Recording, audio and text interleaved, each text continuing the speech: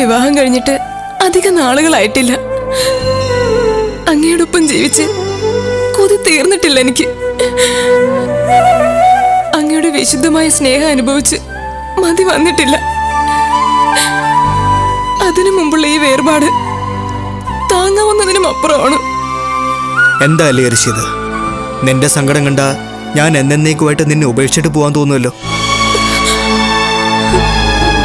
മേൽശാന്തിക്ക് എന്താ വേണ്ടത്?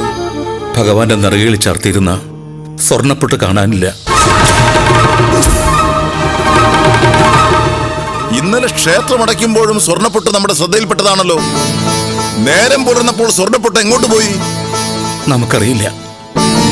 ഭഗവാന് കാര്യമായ അതൃപ്തിയുണ്ടെന്ന് ലക്ഷണം കൊണ്ട് നമുക്ക് മനസ്സിലായി. ഓ, മേൽശാന്തിയുടെ പൂജാതി കർമ്മങ്ങളുടെ മഹത്വം കൊണ്ടായിരിക്കാം. അല്ല, മേലധികാരിയുടെ അധികാര ധാർഷ്ട്യം കൊണ്ട് തന്നെയാണ്. ഇന്നലെ രാത്രി അങ്ങയ്ക്കുണ്ടായ നിദ്രാഭംഗവും അതിന്റെ ഫലമായി ഉണ്ടായതാണ്. നിർത്തുക. നാം നിർത്തി. ഇനി തുടരേണ്ടത് മേലധികാരിയാണ്.